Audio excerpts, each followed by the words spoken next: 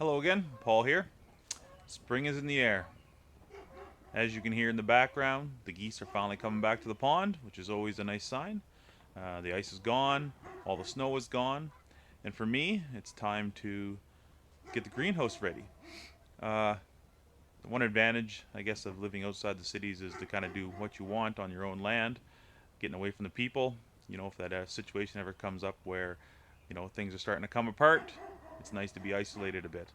I have 3 neighbors within a kilometer radius, I guess you could say, which is really nice. Some people think it's a little far out, but it's perfect for me. So today is greenhouse day. We got some sod. The grass is growing well in here already. It's just the beginning of April. So we bust out the little tiller, knock some dust off her, till this up and get it ready. After I till it, I'm going to head up the road here. There's a sheep farmer up there. I'm going to take my drive up there with my tractor, get a bucket load of sheep manure, and probably a few more for the garden outside as well. I have a large garden outside, but it's still almost a month away before I'll be planting that. But while I get this tilled, I'm going to cut to a small slideshow. I apologize, I am not a video expert by no means. So a little slideshow of how I built my little greenhouse here. It's nothing too fancy. It's actually it's one of those carports you buy from Canadian Tire or your local hardware store, and I just reinforced it a little better in between the steel rungs with 2x4s. Embraced the roof a little more for the snow load over the winter, and then in the corners I put large spikes, steel spikes in the ground to keep it down. So like I said, nothing too fancy, gets the job done. Able to start. Oh, neighbor's dog is coming for a visit. Look at that.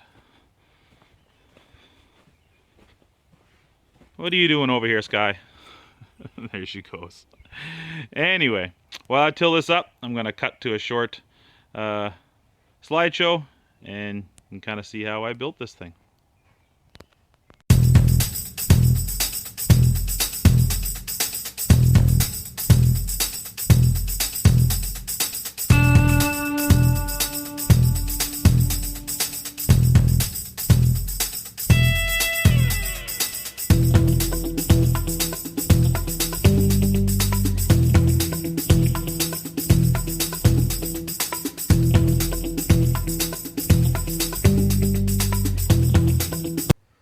So yeah, not a very sophisticated design, pretty simple. Altogether, it cost me like $600 to build it. As for the plastic, there's a company online that I found in BC. I measured out what I needed, and they pre-cut it, and shipped it to me. So I just stretched it on and put on my batten boards to pull it tight. So yeah, works well. Like I said, not fancy. And while you're watching that short little slideshow, I managed to till the greenhouse. I'm just that fast. Only took me 30 seconds, eh? Anyway, now it's time to jump on the tractor and go get a big bucket of poop.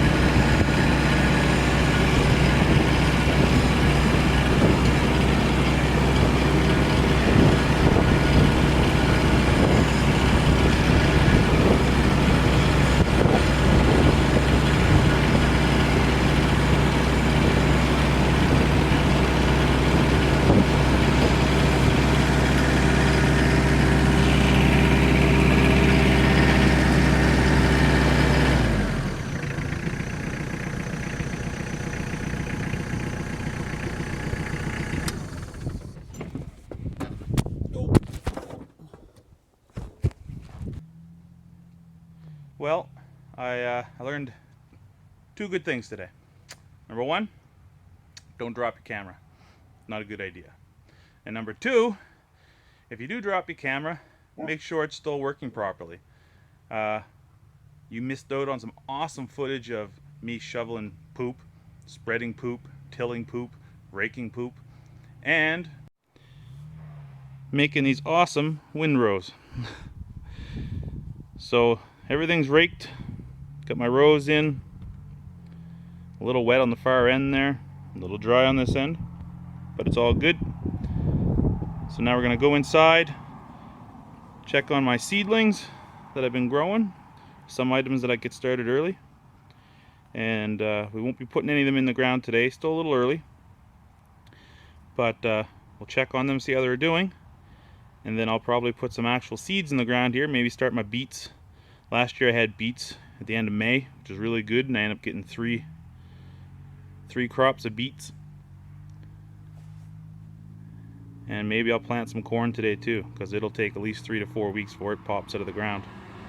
Anyway, thanks for watching out here in the greenhouse. So let's go inside for a quick look before we end our day. So here we are. Here's a few things that I like to start early, just because they tend to take much better than going from straight seed due to our short growing season here in Alberta. Got some bell peppers here. They haven't quite come out of the ground yet, but there's a few. You can see a little white spot starting, a little nub starting to come up. So there'll be some nice red and green bell peppers. All this here, all these long ones, this is basically cattle corn. This is I raise pigs every year, and buying meat in the store just makes me nervous. So we raise our own pigs here, and this is, you can eat it. It's very bland, not much flavor, but I started here early. I'll put one row down the greenhouse. It'll grow really quick, and it's just something nice for the pigs to have. I also put a row of butter lettuce out there for the pigs as well, and then they eat that too, and then of course everything else that comes out of the garden that's scrap. Here are the tomatoes. Last weekend they went from the little pucks, which were these little things here, and they got too big for the pucks, so we moved them up into the bigger pots. So they're doing really well. Stalks they're a little thin, I worry, but hopefully they'll get thicker here. You got to harden them off the best you can. If it's a nice day above 10-12 degrees, stick them outside a bit, or they end up being just little stringy sticks that grow, and then they don't do anything. They'll break off if you try to move them. But they're a little thin, but not too bad, and they're doing well. And over here we got our cucumbers, or pickling cucumbers.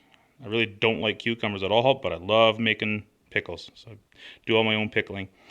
These are the first leaves that come off it, and these will drop off, but here's the first set of leaves coming out that'll start a vine, and this plant will slowly work its way over and fall over until it starts growing. So they're doing okay too. Now over here we have some, I think it's broccoli, cabbage, and cauliflower, I think it is. And there's one here, I don't know, really quick grower. This will be no good. You can see how long and spindly that is. That will not make it. It should only be a nub that tall with a thicker bottom. They'll go. And this last row here, what I tried is this is some wild wheat. I thought I'd just see what it does. It grows so fast inside that, again, it's spindly, it's small, it's just going to fall over. So, but those are the few things that I start early. Give them a good start in the greenhouse. Those tomatoes, last year I did 11 plants. I got almost 300 pounds of tomatoes. Made my own salsa, make my own pasta sauce, make my own tomato sauce. I sold a bunch, which was new for me last year. I sold a lot of produce, a lot of cucumbers, picking cucumbers, a lot of beets, peas, everything. It was amazing what people would buy when it's homegrown, organic grown, which we really enjoy here. Better to have things that you know what went into it than buying it out of the store. So yeah, I don't know what else to say. I'm not an expert on anything. What do they say? Master of all, jack of nothing, or jack of all, master of nothing. I don't know. Just like to have a little fun. And one thing, nothing like 5 gallons of your own hooch. Beer is good. Everyone loves beer, love rum, love everything really. But nothing as good as a nice homegrown apple cider. So we got 5 gallons of apple cider here that is ready for bottling. It's all settled out. That might be tomorrow's project. I have an uncle that has a lot of apple trees and gives me I get to have all the apples. So it's a nice organic cider. And there's some from last year here. And with all the hard work I've been doing today, I think I'm gonna have an apple cider right here.